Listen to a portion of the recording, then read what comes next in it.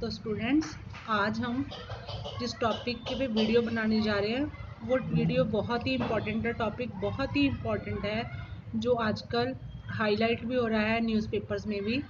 तो ये पक्का है कि पेपर्स में सेट होएगा ही होएगा क्वेश्चन। तो चलिए शुरू करते हैं। Topic is exploitation of parents by private schools. Parents की जो लूट होती है प्राइवेट स्कूल में फ़ीस के नाम पर, एडमिशन फ़ीस के नाम पर, या फिर यूनिफॉर्म एक ही दुकान से ख़रीदनी है, बुक्स एक ही दुकान पे ख़रीदनी है, तो उनका वो मुनाफा वहाँ पे सेट हुआ होता है। तो इस चीज़ के टॉपिक के ऊपर हमने ये ऐसे मैंने आर्टिकल लिखा है, तो आप इसको देखिए। बहुत सिंपल लैंग्वेज में लिखा है और साथ के साथ में इसकी ट्रांसलेशन भी करवाऊँगी।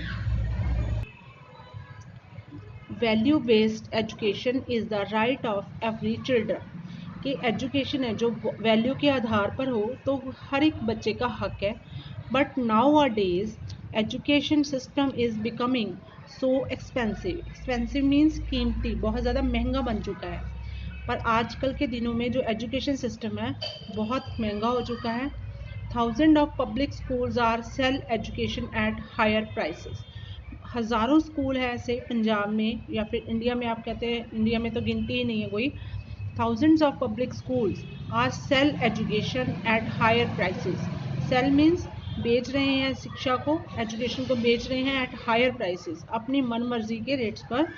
As you all know that every parent has a desire इच्छा होती है हर एक पेरेंट्स की to provide best education to their children, कि वो अपने बच्चे को अच्छी से अच्छी एजुकेशन है प्रोवाइड करवाए। Because education is the most powerful weapon, क्योंकि जो शिक्षा है वो एक बहुत ही बड़ा शस्त्र है, एक तरह का वेपन है which you can use to change the world, जिसके आधार पर आप दुनिया को चेंज कर सकते हैं। जैसे कि हम किसी तलवार के आधार पर दुनिया चेंज नहीं कर सकते, लेकिन कलम से, एक पेन से जो हम आर्टिकल्स वगैरह लिख के या फिर एजुकेशन के बेस पे जब हम पोस्ट पर पहुंच जाते हैं, कोई जॉब अच्छी ले लेते हैं, तो उसके दम पर हम दुनिया चेंज कर सकते हैं। एंड एवरी पीपल और parent is well aware of it. हर एक पेरेंट इसके बारे में सुचेत है। And to provide this valuable education, ये एजुकेशन है जो प्रोवाइड करवाने के लिए, अपने बच्चे को ये दिलवाने के लिए, is the first step to the parent. सबसे पहला स्टेप पेरेंट्स का क्या हो सकता है? टू एडमिट देयर चिल्ड्रन, अपने बच्चे को एडमिशन दिलवानी इनटू प्राइवेट स्कूल्स या फिर इंग्लिश मीडियम स्कूल में उनको एडमिशन दिलवानी। And these English medium schools has become teaching shops. लेकिन ये so called English medium school हैं जो आजकल टीचिंग शॉप्स बन गई। जैसे हम कोई अदर कॉमोडिटीज़, कोई ज़रूरत की चीज़ें लेने जाते हैं शॉप्स पे, उसी तरह में ये भी एक टीचिंग शॉप्स बन चुके हैं। यहाँ पे शिक्षा बिकती है। Which works on the principle of business, उनका जो काम है वो किस चीज़ पे कर रहे हैं? उनका प्रिंसिपल ये है कि वो बिजनेस कर रहे हैं rather than spreading of education. Motive क्या होना चाहिए था? एजुकेशन को ज़्यादा से ज़्यादा फैलाना, अच्छी एजुकेशन देना, बच्चों को इस लायक बनाना कि वो अपने देश को ऊंचा लेके जा सके। तो उन्होंने इसका प्रिंसिपल क्या बना के रखा हुआ है? ओनली बिजनेस, कि हमको एक साल में कितना प्रॉफिट होता है और हम किस तरह से पेरेंट्स को ज़्यादा से ज़्यादा उनसे अर्न करके उनकी लूट कर सकते हैं।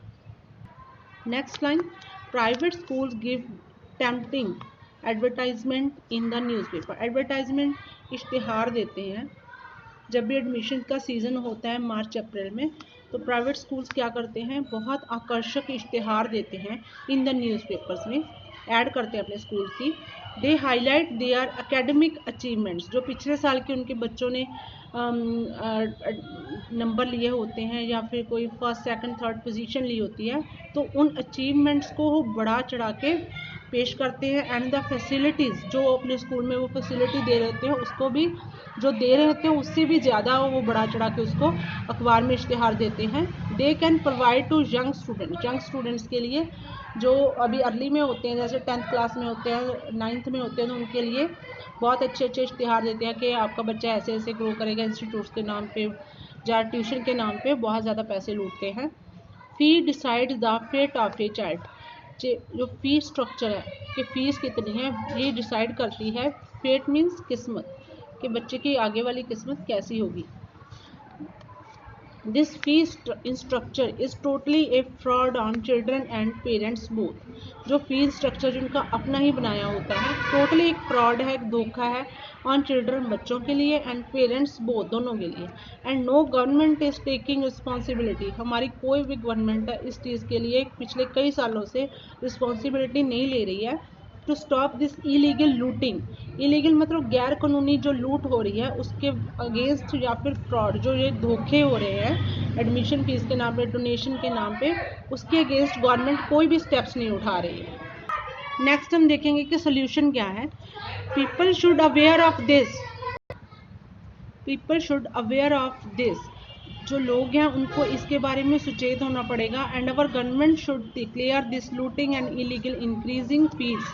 जो बार बार ये फीसें बढ़ा देते हैं, उसका स्ट्रक्चर चेंज कर देते हैं, इसको क्या डिक्लेयर करना चाहिए? कॉग्निजेबल ऑफेंस, कि ये एक अपराध है, इसको अपराध घोषित कर देना चाहिए और कानून के अंडर आ जाना चाहिए.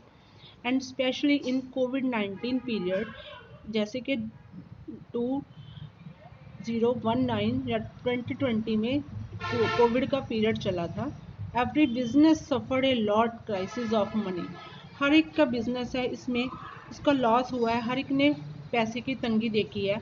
And parents of students are also going through this financially crisis.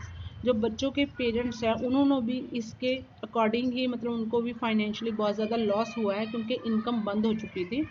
But these so called schools, लेकिन ये सो कॉल्ड स्कूल जो अपने आप को रेपुटेटेड मानते हैं, डज नॉट अंडरस्टैंड. इन्होंने कुछ भी नहीं समझा the problem of the parents. इन्होंने किसी भी पेरेंट्स की प्रॉब्लम को अंडरस्टैंड नहीं किया. They collect every fees on the name of online teaching.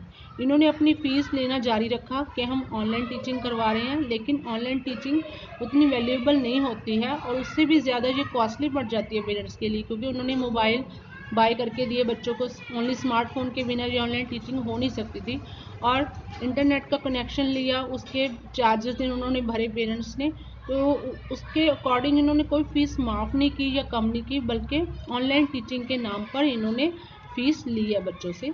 Middle class belonging parents becoming the prey and the target of these dominating education. जो थोड़े अमीर लोग होते हैं उनको तो इस चीज़ का कोई ख़ास फ़र्क नहीं पड़ा, लेकिन जो मिडिल क्लास के लोग होते हैं जो अपने बच्चों को इंग्लिश मीडियम स्कूलों में पढ़ा रहे हैं, तो वो सबसे ज़्यादा इस चीज़ का शिकार हुए हैं. प्रे होता है शिकार हो जाना, टारगेट हो जाना ऑफ दीज डोमिनेटिंग एजुकेशन, क्योंकि इनका ही बोलबाला है स्कूलों का ज़्यादा से ज़्यादा. सरकारी स्कूलों में इतनी गवर्नमेंट में अभी नहीं हो रही है इतनी पढ़ाई, तो ये इनका डोमिनेटिंग एजुकेशन सिस्टम के कारण ये मिडिल क्लास के लोग हैं बहुत सफ़र किया उन्होंने. So this is the great need of time. तो अब ज़्यादा समय की ज़रूरत क्या है? To regulate this fees structure, कि इस फीस स्ट्रक्चर को रेगुलेट किया जाए एंड स्टॉप लूटिंग पेरेंट्स को लूटना बंद किया जाए एंड द स्टूडेंट्स बोथ, और विद्यार्थियों को भी लूटना बंद किया जाए, क्योंकि उनको क्लास में खड़े होके ये बहुत ज़्यादा हरास करते हैं फीस के नाम पर. Let our schools remain the temples of the learning. और द लास्ट सोल्यूशन यही है कि जो हमारे स्कूल हैं वो एक समय में विद्या के मंदिर माने जाते थे, तो अब इनको प्राइवेट स्कूल का जो रेगुलेट करके, तो अभी भी इनको स्कूलों को मंदिर ही रहने देना चाहिए. लेट अस नॉट बरी देम. उनको दबाना नहीं चाहिए मंदिरों को डीप, बहुत ज़्यादा डीप नहीं दबाना चाहिए. In the Dang of wealth and gold. सिर्फ धन और सोना, जब गोल्ड के अंडर इस धन को या इस मंदिरों को दबा नहीं देना चाहिए. The topic is and learn this and get good marks in the exam.